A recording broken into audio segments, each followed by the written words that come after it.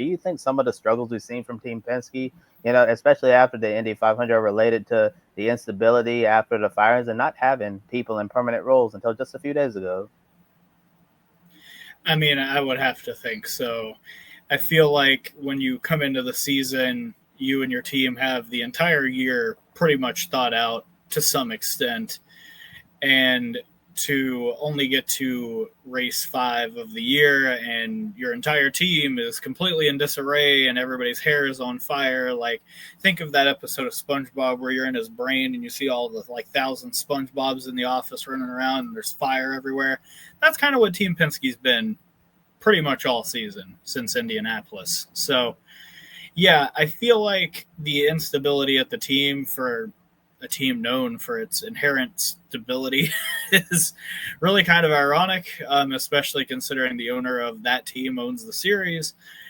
And yeah, it's been a real struggle for them. I feel like when you don't really have everybody in fixed roles and everybody is still kind of figuring out who is really in charge of things, it really makes things kind of murky. Um, I feel like it's kind of odd that there has been more stability at AJ Foyt Racing, the you know team that's supposed to be getting the runoff from Penske, as far as the technical alliance is concerned. I do find that it's really interesting that they have had way more stability and way more success this year with their drivers than Penske has had with theirs.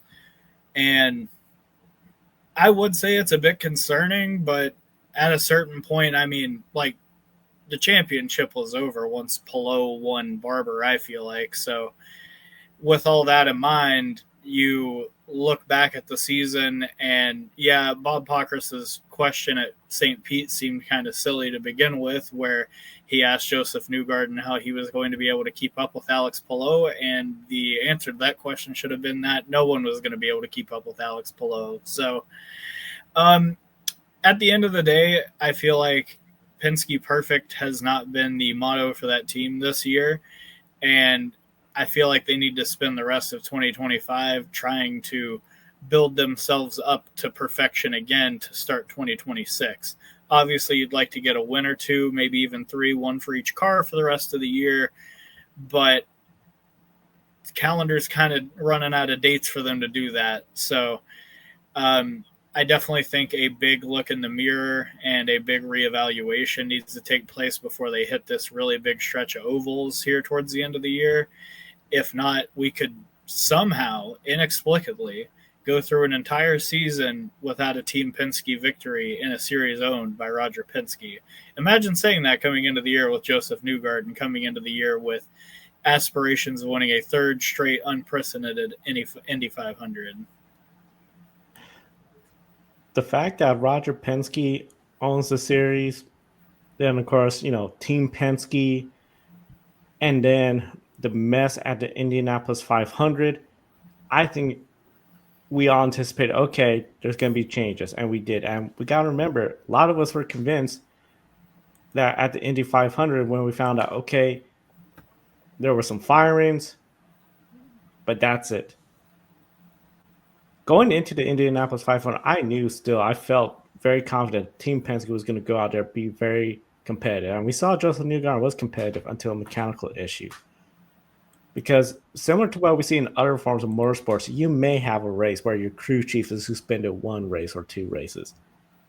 But then the team knows how to handle the situation with 1 race without that person. And I think we saw that at the Indianapolis 500. I think we saw that even at Gateway too, where the teams, they were still running.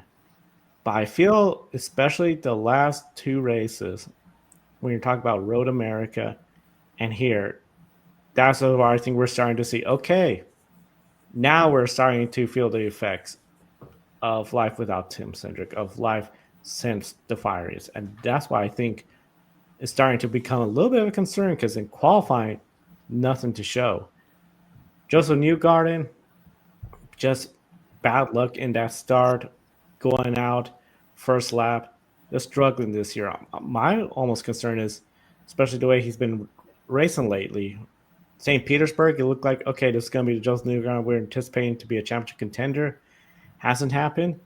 Is he going to be one of those drivers that's just going to be, okay, it's an oval, he's going to be really good? The road courses, nah, he's maybe not exactly a factor. I just think that's almost seems to be the route he's going. And when you look at the last time he won the road course, my goodness, I think we're looking back to Mid Ohio, and I don't exactly remember the year. It was 2021. No, he won Long Beach 2022, I recall. So, but yeah, I mean, it's for a person that's known for the ovals. I feel like where is he going lately? Just ovals and then the road courses, nothing lately. Will Power, the rumors of him being replaced, that's still there. And then Scott McLaughlin, this is the driver I feel is the biggest surprise because we saw last year how good he was. And I really thought he was going to be probably the lead Penske driver. Nothing to show today. A lap down, just struggling. I think they are starting to feel the effects of the fires. The fact that they got some permanent leadership there, that's great. Now they can start rebuilding up. Just a matter of how long it's going to take them because it's not going to be an easy task. I mean, replacing a person like Tim Cendric, that's some big shoes you got to fill. The pressure of Team Penske essentially is almost like the pressure of being manager of the Yankees in Major League Baseball. You got a lot of pressure on your hands. You got some top caliber drivers with Newgarden, Scott McLaughlin, Will Power. I think they're gonna be a lot of pressure to turn things around because we've seen Penske go through a slump like this in the kart era, and it took some big changes to get them out of that slump. Particularly, Allison Jr. was no longer in the seat. They switched to Honda, Firestone tires. It took drastic changes, and Tim Cindric was part of that. Let's see what happens with Penske without Tim Cindric now. Yeah, Joe, and it's going to be interesting to see how Team Penske is going to navigate the remainder of this IndyCar season. And I think the best thing they can do is just, with all these people in permanent roles now, everyone knows what they're supposed to do. Now they just need to try to build chemistry and get some momentum heading into 2026 because this year, it's been a year to forget for Team Penske. And honestly, I never expected that we would see them in this position in the year 2025. And I think I can't remember who said it on social media, but during the IndyCar race when I was scrolling through Twitter, I saw someone say, "Yes, Roger Penske bought the series, but Chip Ganassi owns it right now because of all of the race wins that he has this season." And honestly, at this point of the season, we still got a handful of oval races on the back end, so I still think it's possible we see Team Penske win a race this year, but I would honestly be still surprised if Team Penske does not win a single IndyCar race this year among their three drivers. And we know Will Power hasn't forgotten how to drive. Scott McLaughlin hasn't forgotten either. I don't even think Joseph Newgarden has obviously forgotten how to drive either. I think with Joseph's situation, just been a nightmarish season with so many things going wrong. And Scott McLaughlin, I think if they get some things figured out, his performance would tick up.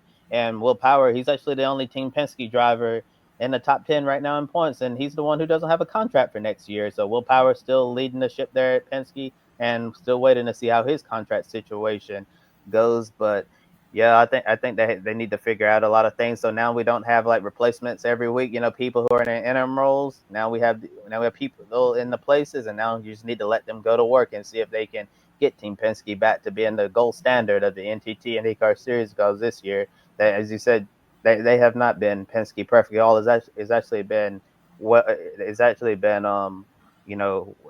complete opposite of that. Just been a complete disaster across the board for the organization. And this next race weekend, they're going to be going to Iowa Speedway, and on this program in the past, we've called Josef Newgarden the king of Iowa Speedway. I even suggested that maybe they should rename it Josef Newgarden Speedway because of how good he is. I think that Josef Newgarden should be a strong contender to win at least one of the next two races at Iowa. I'll be mildly surprised if he's not in contention because I have a feeling if it wasn't for what happened at Gateway, he probably would have won Gateway. So I think it's just a matter, of putting races together and not having bad luck go your way. Because on Newgarden's case, it's just been, nothing has gone right for him this year. And like you were saying, Joe, I thought Newgarden was going to have a really strong season after opening up the year with that podium in St. Pete and had a whole lot of things go wrong. some of it not his fault, and some of it unfortunately was. Like, you had the seatbelt issue at Long Beach, then you had the fuel pump issue in the Indy 500, and then unfortunate situation at Gateway with Louis Foster, then the crash at Road America, and then the crash